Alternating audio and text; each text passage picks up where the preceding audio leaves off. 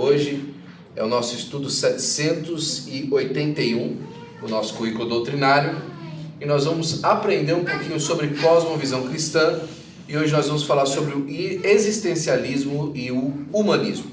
São duas escolas filosóficas que, às vezes a gente olha para isso e fala assim, pastor, para que é que nós estamos estudando isso?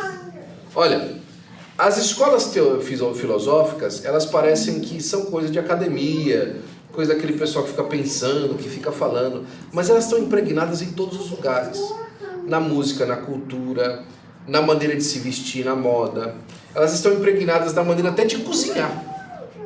Até na maneira de cozinhar, na culinária, estão investidas a questão dessas filosofias, essas escolas filosóficas. Só deixa eu dar um exemplo para você. Pastor, essa de culinária não colou, tá bom, vou dar um exemplo para você. Se você for para o pragmatismo é uma escola filosófica sobre aquilo, a gente vai estudar ele na semana que vem, só que o pragmatismo é uma escola filosófica que diz o seguinte, tem que funcionar, tem que ser prático, não é? Ser uma pessoa pragmática, uma pessoa que ela faz e logo ela é eficaz naquilo que ela fez. Por exemplo, você monta um negócio que funciona, tem que ser pragmático. Por exemplo, não é? Você quer um exemplo de pragmatismo que está adotado em todos os lugares? Você compra hoje um aparelho de telefone, você quer sair da loja falando com ele. Não é verdade? Você quer sair lá com ele na orelha e acabou, não tem mais. Não, tem que esperar 24 horas para... Não, ninguém quer saber mais disso. Tem que ser prático, tem que ser uma coisa rápida, não é? O pragmatismo na culinária está no fast food, não é? Ninguém quer ficar numa fila esperando o cara fazer o pão, não é? Amassar o pão, né? Ir lá cortar a parte do boi, moer a carne fresca para fazer um hambúrguer, não. A pessoa quer chegar lá, em 30 segundos ela quer sair da loja com o hambúrguer dela pronto. É uma escola filosófica que chama pragmatismo, não é? E tudo isso a gente percebe em uma escala muito maior, conforme a gente vai andando e percebendo essas escolas filosóficas aparecendo em várias áreas da vida das pessoas. É importante, então, quando a gente estuda esse tipo de material, quando a gente se debruça esse tipo de material, entender que apesar de ser uma coisa talvez maçante no sentido de você começar a pensar nisso, nós vamos fazer de uma maneira que você rapidamente, de maneira prática, não é? Consiga identificar isso conforme você anda, não é? Para isso hoje nós vamos fazer a nossa leitura em Colossenses, capítulo de número 2, versículo de número 8, não é? E quantos querem palavra de Deus para o seu coração, digam amém. Amém. Glória a Deus. Capítulo 2, versículo 8, da carta que Paulo escreve à igreja de Colossos, aos Colossenses, capítulo de número 2, versículo de número 8, diz assim a minha Bíblia, e a sua tem que estar dizendo a mesma coisa, então a gente está lendo em um lugar diferente, não é?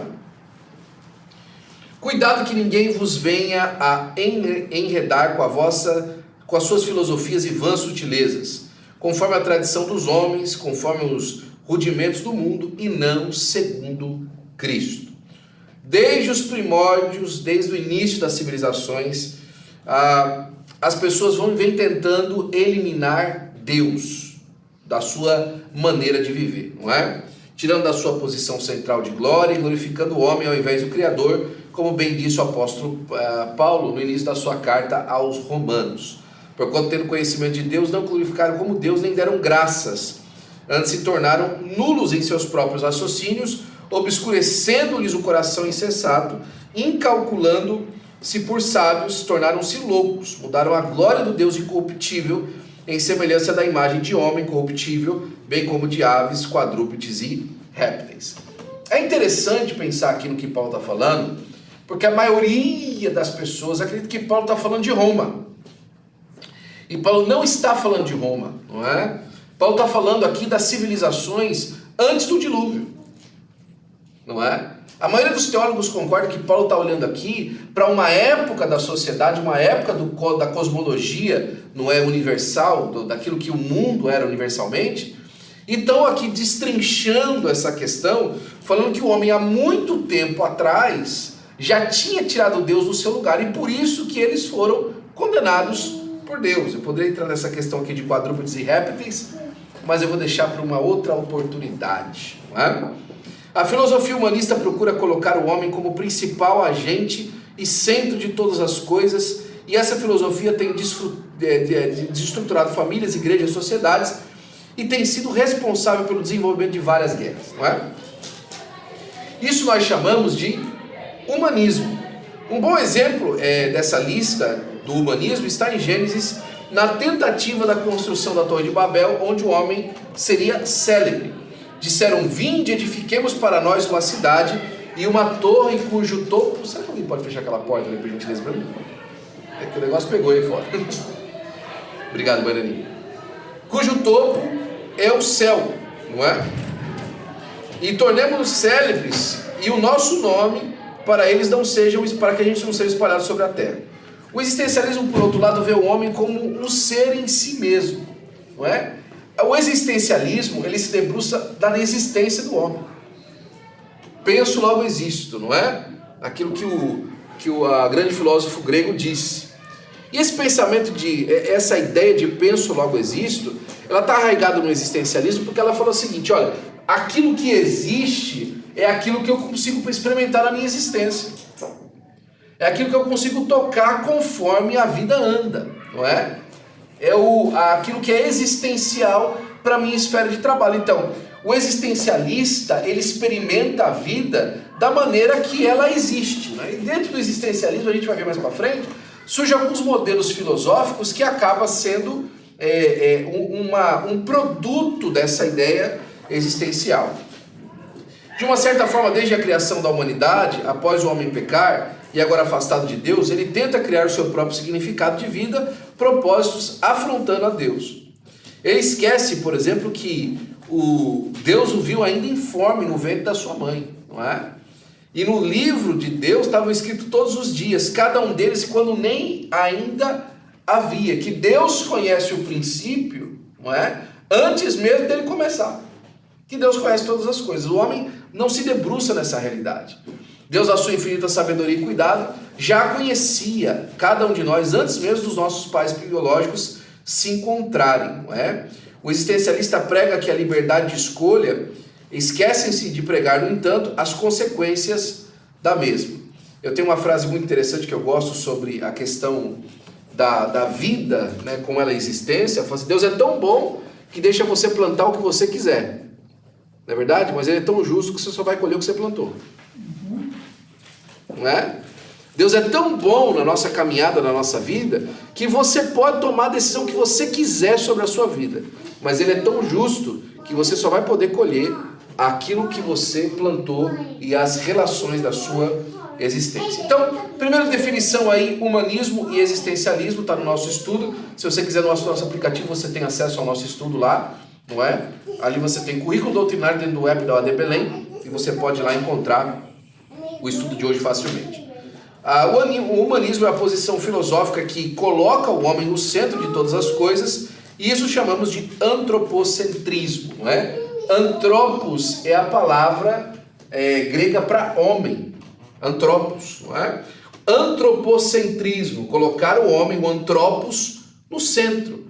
O humanismo fala que o homem é uma medida em si mesmo, ou seja, o homem decide ser o que ele quer ser, e todas as respostas para a vida humana estão no próprio homem. Agora, paz, meus senhores, não é? Conforme o homem foi se debruçando nisso, a gente acaba hoje, esses dias atrás eu ouvi isso, parece meio comunista e socialista isso, mas não é não, tá? É só parece. Você já percebeu que o homem é o único ser vivo que paga para morar? Por quê? Isso é diretamente ligado com o humanismo, a maneira como nós damos valor às coisas, não é? Quando Jesus fala a respeito da vida humana, ele fala assim: olha os pássaros aí. Não plantam, não comem, mas Deus cuida deles. Você não vai cuidar de vocês? A nossa preocupação com bens, ela é muito baseada na nossa ideia do que é a vida humana e do valor que ela tem.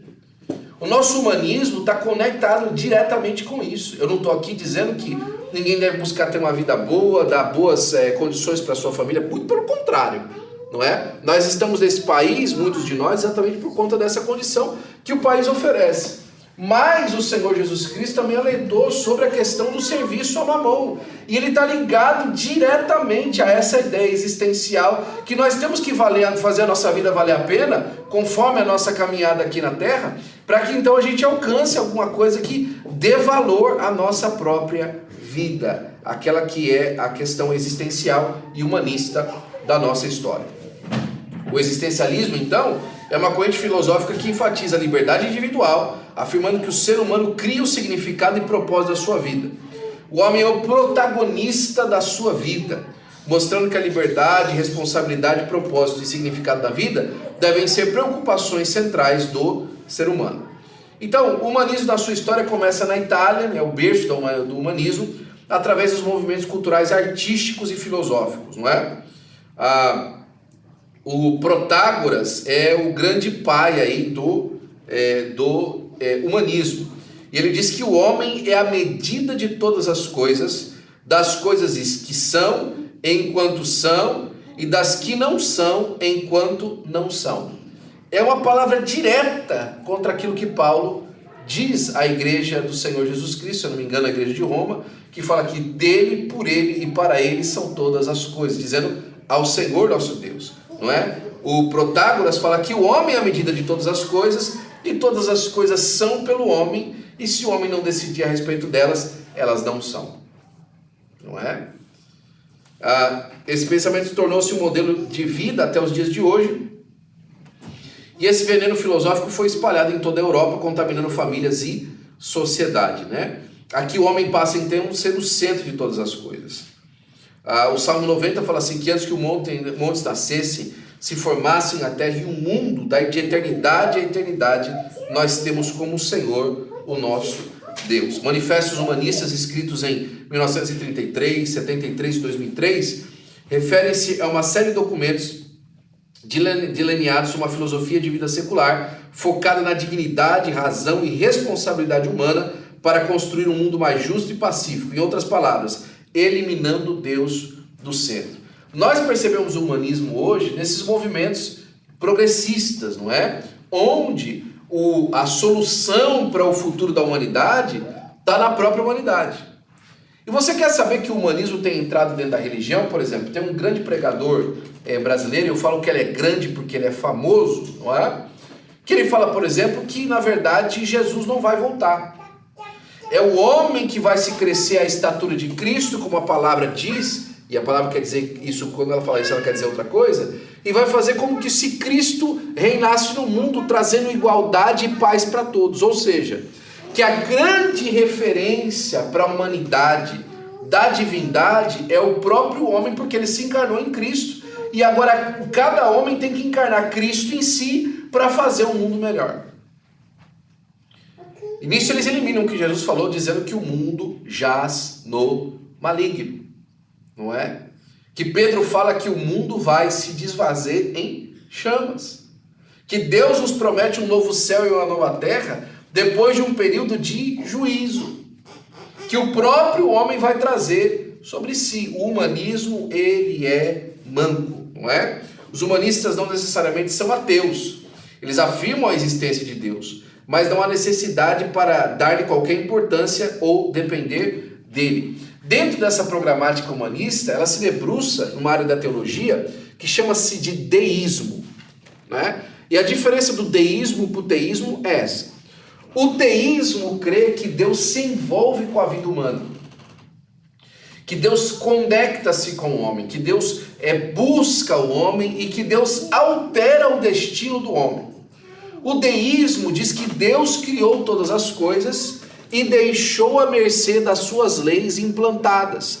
E o homem, então, pode decidir sobre o seu futuro independente daquilo que Deus quer para ele. Por quê? Porque Deus já deixou as coisas feitas e nada pode mudar a essa questão. Eu te dou um exemplo claro do deísmo dentro da fé cristã.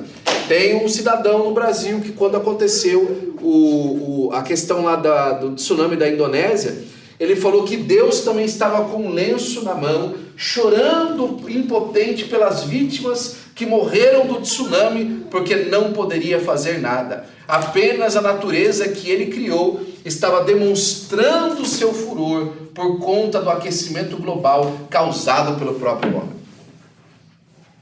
Esse é o caminho humanista, onde o homem é a solução em si mesmo e também a causa das suas próprias mazelas, no sentido de que a natureza é contra ele porque ele causou isso mesmo, então não é uma questão do pecado, é uma questão da atividade humana, que se for mudada, pode mudar o seu futuro. Você percebe como, quando a gente trata desses assuntos, não parece que eles estão tão próximos assim? Tão perto da gente, não é? Como o homem tenta solucionar o problema e não pede mais ajuda de Deus. Faz muito tempo. Em qualquer lado que você quiser aí do espectro político, não é? Que você não vê mais homens chegando de verdade falando assim, olha, nós precisamos de pedir uma estratégia para Deus para melhorar a condição do nosso país. Não. Todos eles têm solução. Já percebeu? Em todo espectro político, de um lado ou do outro. Todos eles têm solução. Todos eles sabem exatamente o que eles precisam de fazer, tem os números, e vai dar certo se você fizer isso, e vai dar certo se você fizer aquilo, tal, e nenhum deles dependem de Deus. A única palavra que eles usam para Deus é quando acontece uma tragédia, e eles falam assim, nós estamos enviando thoughts and prayers. Não é? Pensamentos e orações, porque aconteceu uma tragédia. Porque aí sim, Deus tem que ser envolvido, por quê? Porque o homem não tem solução para suas próprias tragédias. Não é? Dentro dessa ramificação do humanismo, tem aí duas vertentes bastante interessantes. É o racionalismo, não é? Que os seus sustentadores dizem e defendem que a única fonte confiável do conhecimento é a razão. Tem que fazer sentido, não é? Tem que fazer sentido aquilo que está se pensando. Tem que fazer sentido aquilo que está se imaginando. É o racionalismo, não é? E o pastor Zé Maria, que congregou com a gente na Flórida há muitos anos, ele gostava de dizer que o diabo tem um cavalo. E o nome do cavalo do diabo é razão. Né? O rapaz não tinha o nome do cavalo que era alazão? Então, o nome do cavalo do diabo é o razão. E de vez em quando o diabo empresta o cavalo para o homem desmonta na razão e sai galopando aí na razão, não é? Só que a razão, de novo, de quem que é a razão? De quem que é de quem que é o cavalo? É do diabo. Ele dá uma subida, a razão derruba o homem no chão e volta para o dono. Não é? Por diversas vezes o homem preso na razão, ele faz coisas absurdas. Por exemplo, não é? A questão do holocausto, não é? Foi baseado num racionalismo. Nós não temos condição de nos livrar desses judeus que nós estamos prendendo. Nós precisamos de fazer alguma coisa com eles. E a única ideia que a gente tem é, vamos fazer o quê? Nós precisamos de... Ninguém quer eles. A gente vai estar mandando para outros países, ninguém mais quer esses homens. Ninguém quer esse povo. O que a gente precisa de fazer? Nós precisamos eliminá-los. Então, eles criaram a solução final. É uma razão, um racionalismo. E baixo esse racionalismo, eles mataram 6 milhões de judeus. Outra ideia, não é, dentro da coluna do humanismo, é o cientificismo. A ciência é tão suprema que pode se tornar um Deus. Você quer um exemplo do cientificismo? A pandemia. Não interessava o que ninguém dizia, o que diz a ciência. Não é? O que os especialistas da ciência dizem. É só isso que importou. E qual foi o resultado? Tragédia. Tragédia atrás de tragédia. Hoje, em muitos lugares do país, em muitos lugares do mundo, não é? Estão se vendo como que aquilo que se fez e aquilo que se tratou foi horrível. O candidato a prefeito de Nova York, Andrew Cuomo, essa semana foi na televisão. Ele foi governador na época da pandemia do estado de Nova York e foi pedir perdão. Por quê? Foi pedir perdão às famílias que não puderam enterrar os seus idosos durante a pandemia por conta da separação. Ele teve que ir na televisão porque estava precisando de voto e perdeu a eleição, by the way, não é? Porque ele foi pedir desculpa, porque ele estava ouvindo os especialistas. E falou assim, foi muito horrível para você e para sua família, que precisou enterrar o seu idoso sem acompanhamento seu. Não é? Por quê? Porque ele estava ouvindo a ciência. A ciência era suprema, não é? Por quem que é feita essa ciência? Pelo próprio homem. A mesma ciência que no começo do século XX diz que o universo era infinito E 30 anos depois diz que o universo tinha um início. Ela muda de ideia, ela descobre novas coisas. Ela fala uma coisa e depois fala outra, não é? O apóstolo Paulo falou assim, a falsamente chamada ciência.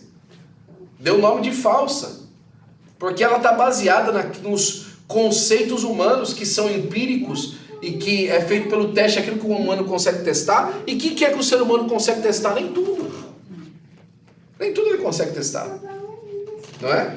Mas tá aí. A valorização da ciência e o uso da lógica, de certa forma, o uso do método científico para entender todas as coisas, torna-se desnecessário quando o uso de superterfúgios fora da razão para vivermos uma vida saudável. Isso contrasta totalmente com a palavra de Deus, porque se não fosse pela graça de Deus, não conseguiríamos nem mesmo respirar, não é? A palavra de Deus fala que o homem se fez alma vivente através do fôlego de vida que o Senhor soprou nas narinas do boneco de Adão, não é? A ciência não consegue explicar isso, ela não consegue conceber. E quando ela não consegue conceber, ela rejeita. Por quê? Porque o homem precisa ter solução para tudo. Não é? A outra vertente que nós estamos olhando hoje é o existencialismo, quando a gente está falando, né? E está associado a muitos filósofos e poetas, romanticistas e teólogos europeus do século XIX e XX, exaltando o homem e destronando Deus. Todos eles criticam o racionalismo e começam a enfatizar os sentidos. Desde que entrou o pecado no mundo, registrado em Gênesis 3, toda sorte de filosofia e pensamento vão tornando o homem o centro de todas as coisas. O existencialismo, né, o pai dele é Kierkegaard, né? É um nome complicado porque, mais uma vez, é um sujeito aí da Alemanha. E o pai do existencialismo, ele vai dizer a importância dos sentidos, não é? E isso inclui, por exemplo, os conceitos de crise existenciais, de angústia, de coragem, de liberdade.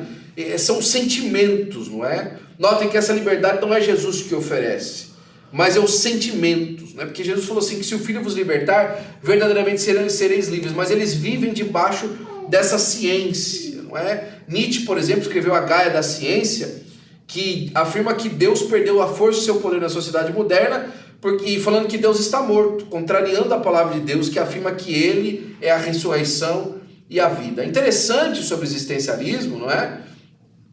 É que ele prega essa ideia dizendo que as pessoas têm que se sentir parte, ela tem que experimentar aquilo que é a sua existência, aquilo que ele pode entender enquanto ser vivente nessa terra, não é?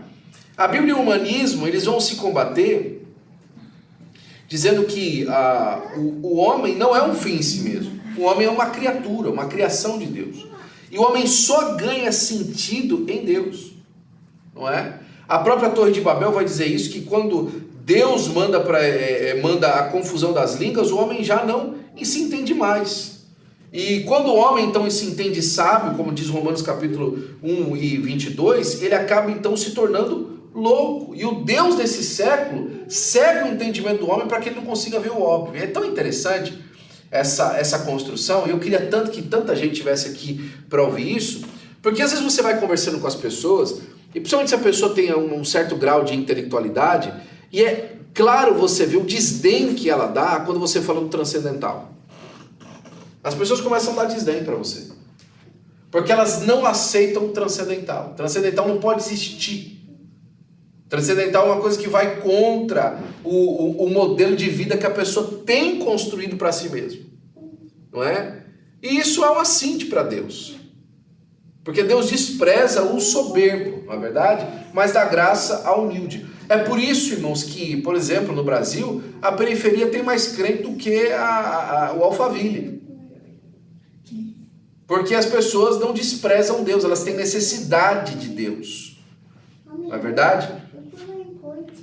A proclamação do Evangelho não pode satisfazer o homem e os seus desejos, mas pode apontar o caminho para a vida eterna, que é Jesus Cristo. E aqui eu queria parar um pouquinho na Bíblia e no existencialismo. Por quê? Não existe lugar na palavra de Deus para o existencialismo. Embora este afirme que o ser humano deve criar sentido e significado para a sua própria vida, está muito ligado de novo às emoções, aos sentimentos, não é? A Bíblia nos diz de forma categórica que foi Deus quem criou o propósito para cada um desenvolver dentro da vontade do Criador. Essa verdade é bem explicada na Bíblia. Jeremias 29:11, por exemplo, fala: eu bem sei os pensamentos que tem a respeito de vós. Que Deus tem um plano para o ser humano e para cada ser humano, não é? E Deus já tinha seus planos até mesmo antes da gente nascer, como diz o Salmo 139. O existencialismo, como já foi destacado, afirma que a existência precede a essência. Em outras palavras, você nasce e depois define através das escolhas o que você quer ser. Ou seja, enquanto você existe e você sente, você experimenta, você define quem você é. Não existe uma busca de identidade fora de si. Ou seja, você descobre a sua própria identidade. Você percebe como isso parece muito que a gente está vivendo hoje em dia? Não é? Deus não existe uma vocação espiritual vinda de Deus. Não. Existe só a vocação que você põe para si mesmo. Não é? Não é algo que você recebe de Deus. É algo que você chama-se a si mesmo. Você quer saber um exemplo de existencialismo bíblico? Que é muito interessante a gente olhar? Noemi e Mara. Não é? Noemi e Mara são a mesma pessoa. Que é a sogra de Ruth, não é? Quando a vida dela se tornou amarga, a existência dela toda fez com que ela mudasse o seu próprio nome. Ela falou assim: a minha experiência muda a minha essência. Eu não sou mais Noemi, eu sou Mara. Então, por causa da experiência, a pessoa toma decisões a respeito da sua própria identidade. Ela não busca uma identidade em Deus, ela busca uma identidade na sua própria experiência. Eu sou quem Deus disse que eu sou. Eu vivo aquilo que Deus me dá para viver. E eu louvo ao Deus que me criou. Essa relação no existencialismo não consegue existir, não é? É por isso que o assinte existencial é a pessoa poder propriamente criar aquilo, as suas preferências, no sentido da sua sexualidade, não é? No sentido da sua inclinação. Por exemplo, a pessoa fala assim: se eu tenho essa inclinação, como é que ela pode ser errada? Porque isso faz parte da minha existência, faz parte da minha experiência, daquilo que eu sinto, daquilo que eu experimento enquanto pessoa vivente nessa terra, não é? A palavra de Deus vai dizer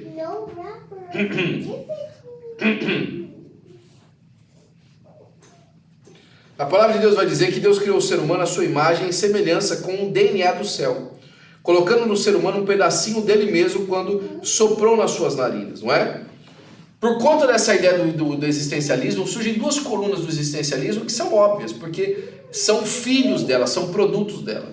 E a primeira delas é o nihilismo. O nihilismo prega, né, que de nihil, de nada, que a vida não tem sentido. Não é? A vida não tem sentido. A Gaia da ciência, que o significado de Gaia significa Deus, ou uma certa mãe da terra. Na verdade, Deus continua vivo, né? Nietzsche na verdade que morreu. Mas voltando a essa ideia do nihilismo apresentada por Nietzsche, ele fala que a vida não tem sentido nenhum. Por quê? Porque se a existência é aquilo que me define como vida, e as experiências que eu tenho me dão identidade, então minha identidade para aquele que vem depois e para aqueles que vieram antes. Você quer um exemplo clássico do nihilismo, não é? O nihilismo não tem memória. O nihilismo não está nem aí de onde veio a família. O nihilismo não está nem aí de onde veio os pais. O nihilismo não tem história de família. E o nihilismo está impregnado na nossa juventude. Onde o que existe é o agora. Sabe por que tem muito jovem depressivo? Porque a vida não tem significado e sentido nenhum. Não tem significado. Agora, por que não tem significado? Quem foi que tirou o significado da vida dos nossos jovens? A filosofia do existencialismo, que diz para eles que a vida é aquilo que você experimenta. E se aquilo que você está experimentando está ruim, é porque é só isso que você tem para experimentar. Não existe nada além do véu. Não existe nada além do teto. Não existe nada além das partículas que fazem esse universo. E aquilo que você está sentindo é só o que você pode sentir, é só o que existe para você, porque é essa sua existência que ela fala mais alto até mesmo daquela que é a sua essência. Não interessa de onde você veio, só interessa aquilo que está em volta de você. Nesse sentido, nesse nihilismo que nada importa, nada faz sentido, é que milhares, milhões de pessoas têm tirado a sua própria vida. Que a vida não tem sentido, não é? E aí o que sobra? Outro pilar que acontece é o desespero e o horror. Se não existe nada na vida, sendo assim, não escaparemos do desespero e do horror. Você quer uma manifestação do existencialismo e dessa coluna do nihilismo no dia de hoje? Mass shootings.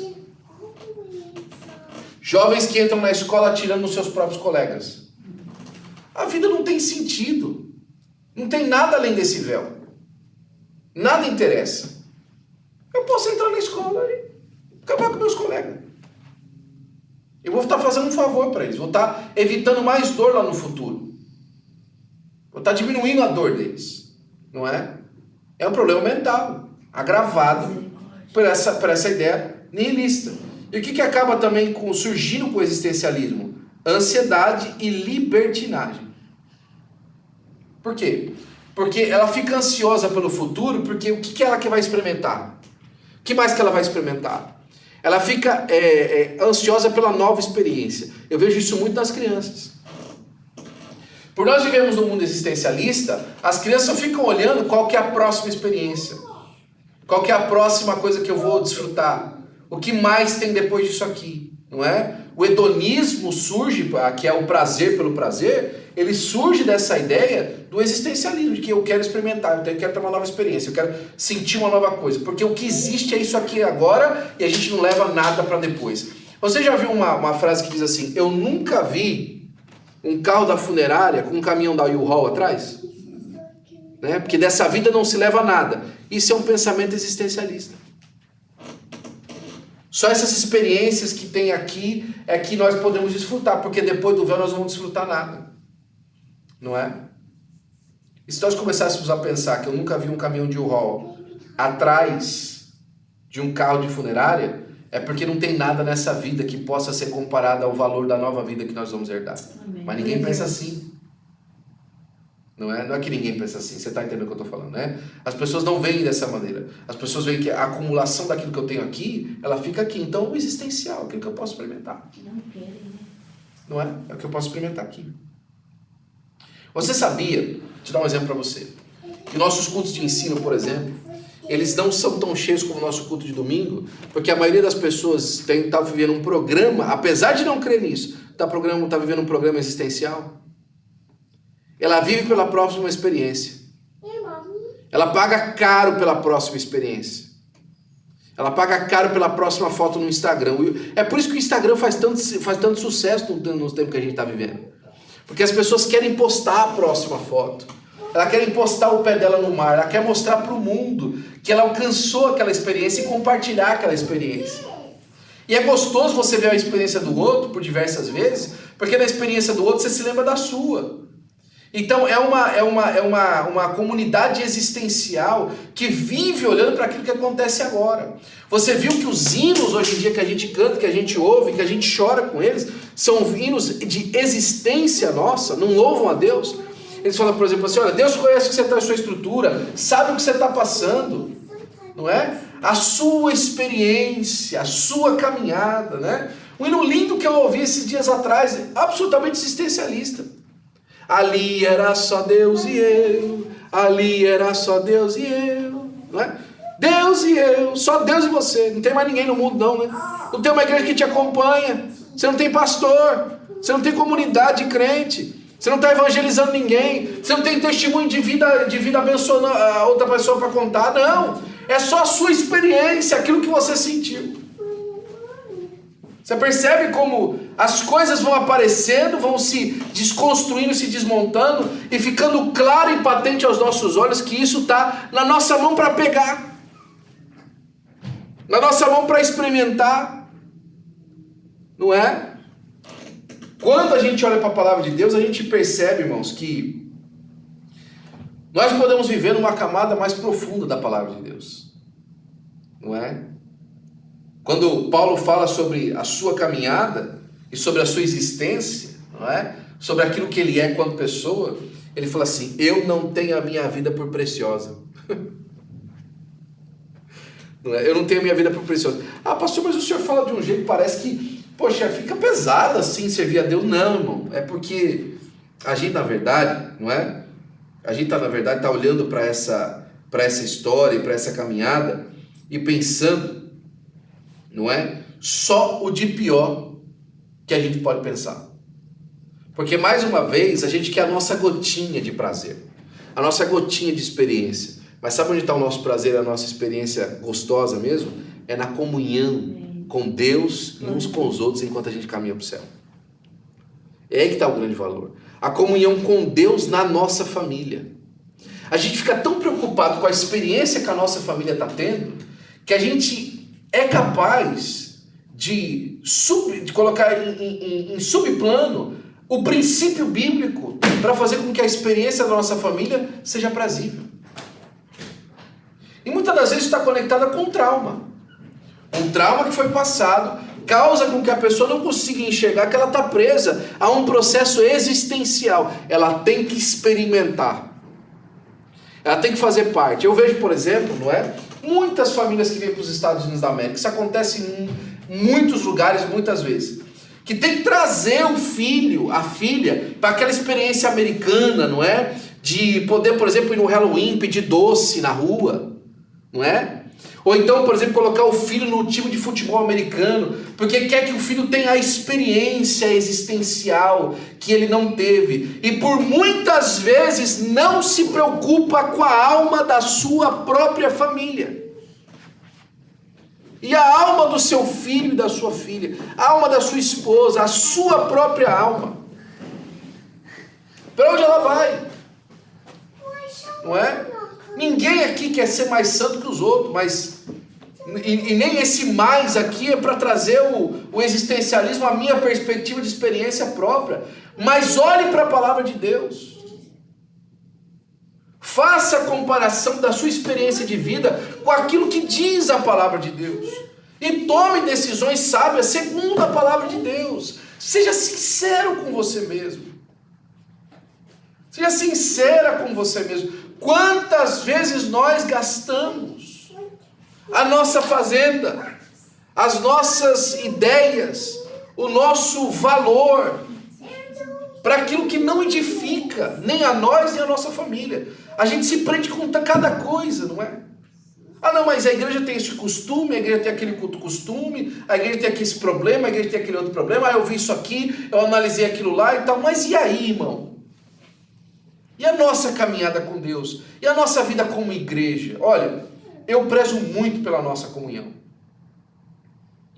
Os irmãos que sabem, têm condição e têm andado comigo nesses últimos anos de próximo, sabem que eu prezo muito pela nossa comunhão. Por quê? Porque a nossa comunhão é aquilo que vai ficar na vida posterior. Nós vamos viver uma comunhão muito mais profunda no céu. É ela que vale a pena aqui. Ela é o corpo de Cristo agora para ser experimentado de uma maneira maior depois. Enquanto essas filosofias vêm de novo individualizar a nossa experiência e nos categorizar como pessoas diferentes. Nós somos diferentes, mas nós somos unidos na pessoa maravilhosa do Senhor Jesus Cristo, para a glória do nome de Jesus. Não é? É necessário que estudemos a palavra de Deus de forma sistemática e aprendamos o que a Bíblia diz sobre esses sofismas, não é? Essas ideias que às vezes a pessoa olha isso de maneira apresentada no mundo e não percebe. Eu gosto de o doutor Ravi gostava de falar de Alexander Pope, se eu não me engano. E ele falava que ele escreveu uma frase que ficou muito célebre na Inglaterra. Ele era inglês. E eu vou falar ela primeiro em inglês porque ela faz sentido, depois eu vou traduzir ela. Ele falou assim: "Let me write the songs of a nation and I don't care who writes its laws. Let me write the songs of a nation and I don't care who will write its laws." Deixe-me escrever as canções de uma nação e eu não me importarei com quem escreva as suas leis. O que ele estava falando isso? É que esse pensamento filosófico ele vem através da cultura. Ele vem através das relações humanas. E uma vez uma cultura influenciada na música, nas artes, dessas coisas, a próxima geração vai fazer leis concomitantes com essas. Por exemplo, você acha que essas leis que a gente considera um assinte à cristandade surgiram agora? Não. Surgiram nas canções, nas manifestações artísticas de décadas anteriores. E as crianças foram formadas em casas de pessoas que assimilaram essa cultura através da música, através da arte, através das manifestações filosóficas, num conceito paletável para aqueles que estavam ouvindo, para aqueles que estavam vendo. Ela surge na academia, ela influencia uma certa classe de intelectuais, esses transferem para os artistas, para aqueles que são da academia e fazem algum tipo de arte e transferem isso para a população assimila isso, cria os filhos de baixo dessa nova cultura e essa próxima geração criada vai vir então para as cabeças da sociedade e vai fazer leis concomitantes a isso que surgiu 3 ou 2 gerações para trás. É assim. É por isso que, se eu não me engano, é o Agostinho que falava que o cristianismo está uma geração de desaparecer. Se nós não ensinarmos à próxima geração os valores cristãos baseados na palavra de Deus e observarmos onde essas coisas estão aparecendo e nascendo, nós certamente vamos perder a próxima geração. É hora da gente despertar. É hora da gente estar firme, não é? Insistir, irmão. Devemos estar preparados para dar razão da nossa fé, e isso faz pelo conhecimento da palavra de Deus, segundo Paulo disse em 2 Timóteo. Procura apresentar-te a Deus como obreiro aprovado, de que não tem do que se envergonhar, que maneja bem a palavra da verdade. O diabo continua o mesmo, enganando e tentando destruir o povo de Deus, que mudou as suas estratégias. O que mudou são apenas as suas estratégias. A Bíblia é e sempre será nossa regra de fé e prática. No entanto, se não conhecemos nosso manual de vida, como enfrentaremos esse mundo tenebroso? Que Deus possa abençoar cada um de nós e que possamos manifestar, através do conhecimento da palavra de Deus, observar esses sofismas e aplicar na nossa sã maneira de viver a doutrina da palavra de Deus. Amém? Amém.